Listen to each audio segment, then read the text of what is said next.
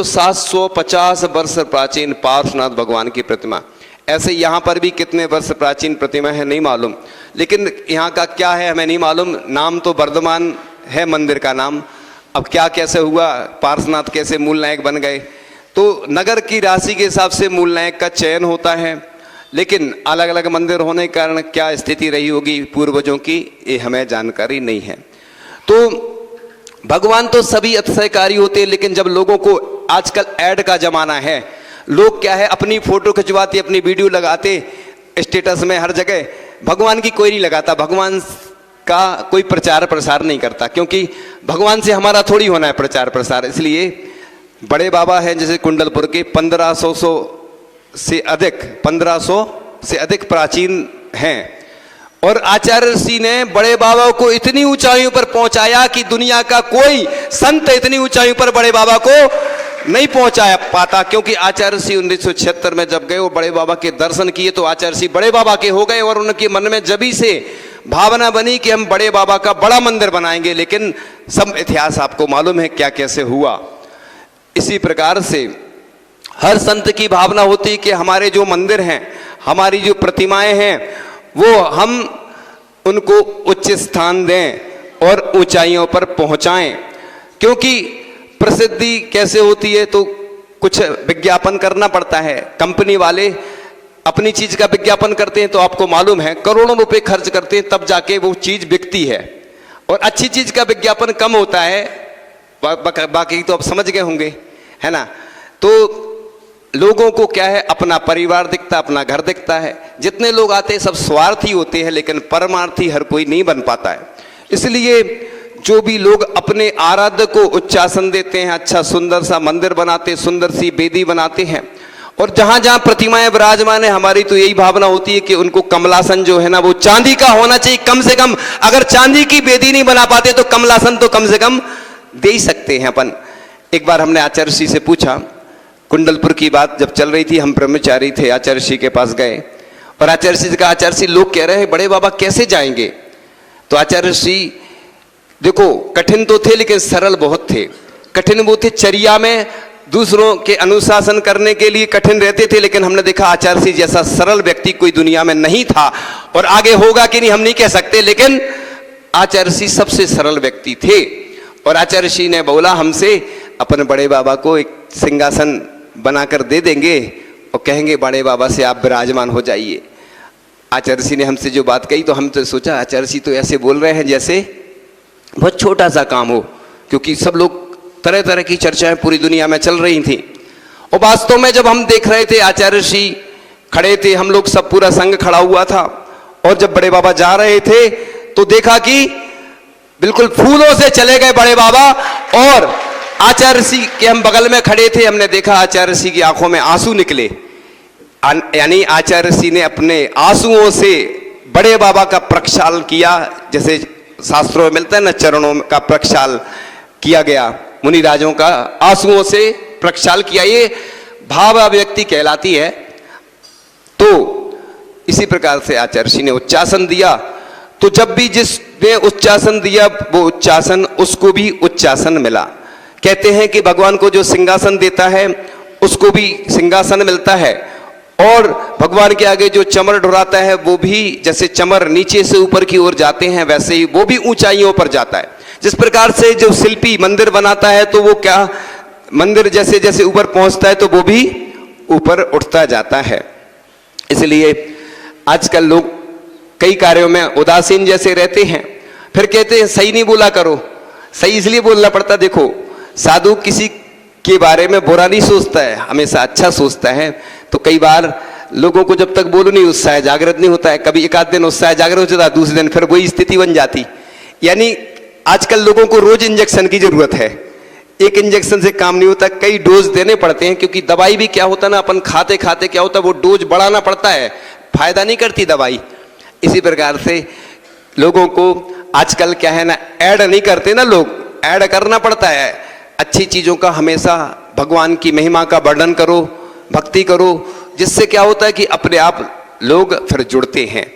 उदासीन हो जाते लोग, ऐसे लगता है जैसे सबको दीक्षा लेना हो, बिल्कुल उदासीन ऐसे हो जाते हैं, लगता है कि ये तो बिल्कुल आज ही दीक्षा लेंगे, बिल्कुल बिल्कुल उदासीन आश्रम में इनको सबको भेज दो ऐसे लगता है, क्योंकि बिल्कुल उदासीन, बिल्कुल शांत। अभी देखो कोई ऐसा होगा तो फिर शुरू हो जाता है लोगों का क्या, जब भीड़ भाड़ रहती ना, जगह नहीं रहती तो धक्का मुक्की करेंगे लोग। चांदखेड़ी में हम अभिषेक करने गए, ब्रह्मचारी थे तो सब लाइन में लगे थे, हम ब्रह्मचारी थे तो हम पीछे से आए जहां से लोग वापस जा रहे थे। हमें तो कोई रोक नहीं सकता था क्योंकि ब्रह्मचारी हैं।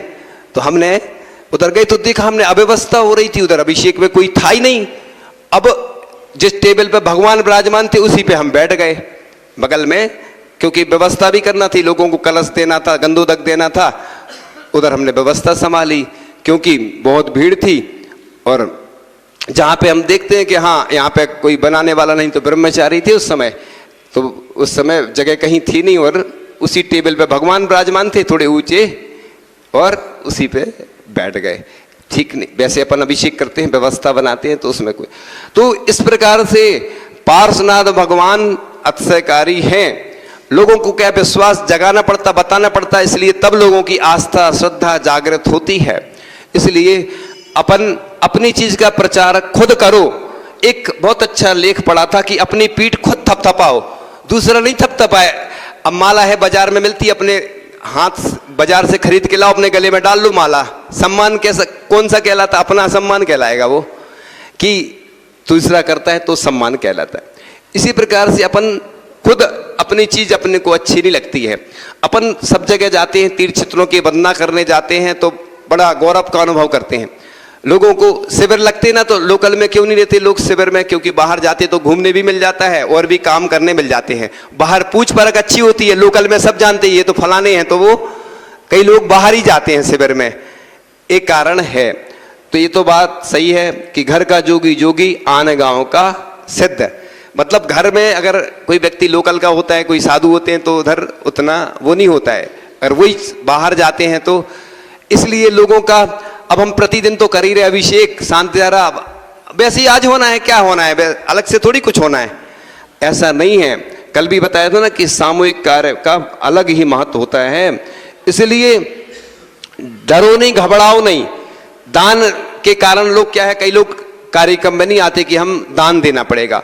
अरे ये सोचो कि सौभाग्य मिल रहा है हमें, पुण्यशाली व्यक्ति होते हैं जिनका धन काय में लगता है अच्छे कार्य में।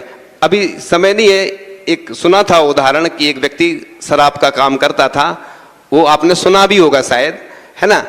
तो उसने दान की भावना की, क्या हुआ उसका हम आगे कभी बताएंगे।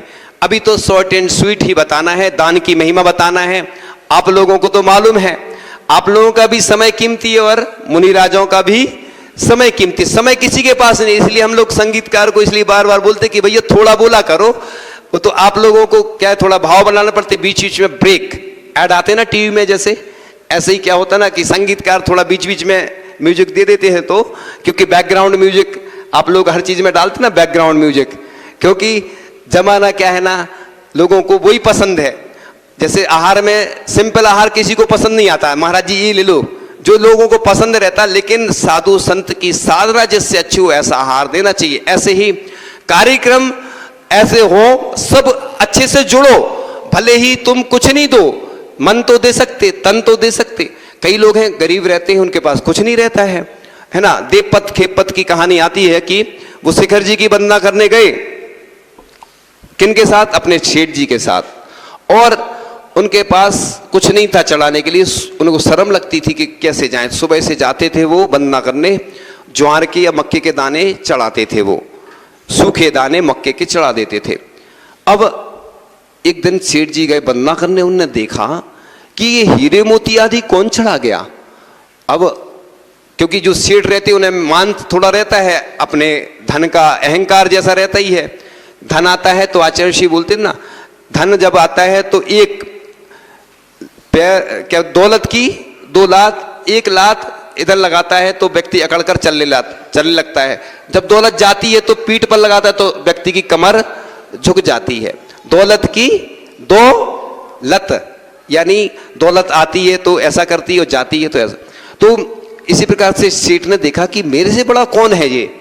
1 दिन हो गया, 2 दिन हो गए, कई दिन हो गए, तो उन्होंने एक व्यक्ति को लगा दिया, तुम्हें वहीं पहले से पहुंच जाओ ऊपर, देखना कि कौन चढ़ाता है ये मेरे से पहले आके। तो देखा उनके यहाँ जो कर्मचारी थे देवपत और खेपपत नाम के, वो जाते थे और वही ज्वार मक्के के दाने चढ़ाते थे। लेकिन उनका पुण्य इतना था, उनकी भक्ति इतनी थी कि उस भक्ति के प्रभाव से वो मक्के के दाने और ज्वार के दाने हीरे मोती बन जाते थे। देखो, इसलिए कभी भाव में कंजूसी नहीं करना। इसलिए हम बोलते हैं ना, मंदिर सुंदर बनाएंगे, लोग कहते हैं छोटा सा मंदिर बनाएंगे। तो अपन हमेशा, वो हम चिड़िया का उदाहरण देते हैं, सबने सुना है, फिर से सुना देते हैं। एक छोटी सी चिड़िया थी, जंगल में आग लग गई, बूंद बूंद करके पानी ला रही थी, बुझाने की कोशिश में लगी हुई थी। इतने में जंगल के पशु पक्षियों ने चिड़िया से कहा, तू मूर्ख है क्या, कुछ बूंद पानी से आग बुझेगी क्या? तो चिड़िया ने जवाब दिया, आग बुझे या ना बुझे, जब भी इतिहास लिखा जाएगा मेरा नाम आग जलाने वालों में नहीं, बुझाने वालों में आएगा। इसलिए जो गरीब होता है वो प्रभु के करीब होता है। कई लोगों के पास पैसा है, हमें मालूम है, ऐसा नहीं सोचो इनकम टैक्स वालों से ज्यादा हमें मालूम रहता है। इनकम टैक्स वालों को तो वो जब कोई शिकायत करता, हमारी बात हुई थी, अब हम सबकी चीजें वायरल नहीं करते, कुछ पर्सनल बातें होती अलग से बता देंगे। तो वो उनसे चर्चा हुई थी, उन्होंने हमें बताया था कि हम क्या क्या कैसे करते हैं, लेकिन आपको सबको नहीं बता सकते हम, क्योंकि पर्सनल बात है। लेकिन इनकम टैक्स वालों से हमारी बात हो चुकी है, इतनी तो पक्का है। तो हमें सबका मालूम किसके पास कितना धन है, लोग बताएं चाहे नहीं, हमें सबका मालूम। इसलिए तुम्हारे पास करोड़ों रुपए अरबों रुपए कोई काम के नहीं, जो भगवान के चरणों में जो धन लग जाता है वो काम का होता है। बाकी तो हमें मालूम है कितने लोग चले गए, 140 करोड़ लोग से ज्यादा है भारत की जनसंख्या, आप समझ रहे ना। तो ऐसा सोचना कि मेरा धन अगर भगवान के चरणों में लग रहा, मंदिर में लग रहा है, ऐसी भावना प्रतिदिन करो कि हे भगवान, जो मैंने कमाया है वो आपका ही है, और मैं भगवान आपके अच्छे अच्छे सोने के मंदिर बनाऊं, रत्नों के मंदिर बनाऊं, प्रतिमाएं बनाऊं। ऐसी भावना प्रतिदिन किया करो। इससे तुम्हारा क्या होगा, वो करना भी है के लिए भावना ही नहीं करना, मतलब जम सक गई तम की रही, जो कर सकते हैं वो करें, जो नहीं कर सकते उसकी भावना करें।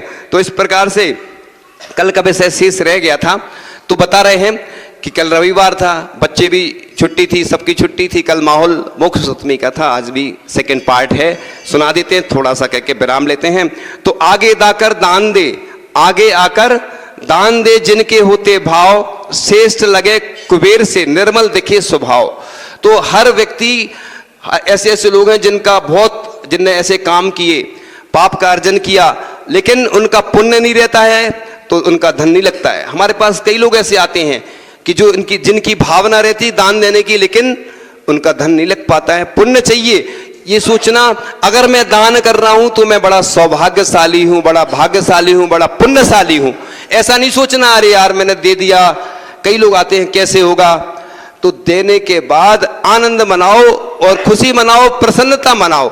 ये नहीं कि अरे यार दे दिया, वो तो जबरदस्ती बोला लोगों ने, सो दे दिया, ऐसा बिल्कुल नहीं। भावना से दो, तो चाहे 1 रुपये दान दो, चाहे 1 करोड़ दान दो। तो बस हमने बहुत सारे ऐसे लोगों के हमारे पास उदाहरण हैं, लेकिन चूंकि हम जब भी सुनाते हैं ना, तो उस समय हो सकता है कि लोग नहीं रहते हैं, लेकिन हम पहले बता चुके, रिपीट नहीं करते। अपन क्या है, रिपीट इसलिए नहीं करते कि वो चीजें बार बार सुनाने से उस चीज का वजन कम होता है। लेकिन ऐसे हमने बताया था ना, महादानी की कहानी में ऐसे भारत के हमने बहुत सारे लोगों के उदाहरण दिए कि जिनने दान दिया और चमत्कार से हुआ। क्या हुआ वो आप सुन लेना, ठीक है ना, सुन लेना कि क्या क्या हुआ। इस प्रकार से जीवन में सफलता का अरमान जरूरी है, हृदय निर्मल कर दे वो दान जरूरी है। दानी भी होते हैं, ये दूसरे लोगों ने लिखा है इसलिए बता देता हूं, नहीं तो दानी भी होते हैं एक तरह के संत, दान देने से लालच का हो जाता है अंत। तो इसलिए अरिहंत के लिए संत इसलिए बोलते हैं कि आपके लालच का अंत करने के लिए। इसलिए दान की महिमा है बड़ी न्यारी, दान देने से जन्म जन्म का पुण्य मिलता है। तो इस प्रकार से मान मिले, सम्मान मिले। देखो प्रसिद्धि मिलती है, दान कोई करता है ना तो पूरी दुनिया में उसका नाम हो जाता है ना। जो पाटनी जी है, आर के मारवल वाले, वो सुनाते हैं कि मैंने पूज्य ज्ञान सागर महाराज जी की समाधि बन रही थी तो कितना दान दिया था मैंने, 2000 रुपये। कितना, मेरी हैसियत नहीं थी, मैंने अपने आगे बोल दिया, फिर मुझे थोड़ा सा लगा कि मैंने पूछा नहीं। लोग कहते हैं पूछना है पूछना है।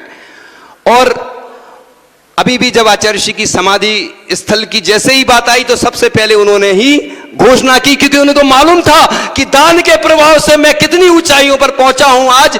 अगर आचार्य ज्ञान सागर जी और आचार्य श्री विद्यासागर जी की कृपा नहीं होती तो मैं आज इतनी ऊंचाइयों पर नहीं पहुंचता। मैं भी उनके यहां गया था तो मैंने देखा एक बड़े बाबा की फोटो लगी और एक आचार्य ऋषि की फोटो लगी। ऐसा नहीं है कि वो कहीं अन्य जगह नहीं जाते, सब जगह जाते, लेकिन उनकी श्रद्धा जो है बड़े बाबा।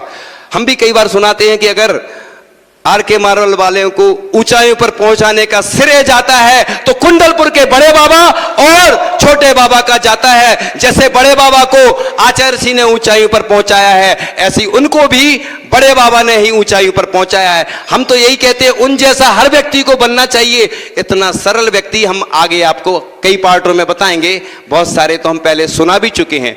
चूंकि बस आज कुछ बात कहकर विराम लेंगे। हमारे देश में त्यागी की पूजा होती है और दानी की प्रशंसा।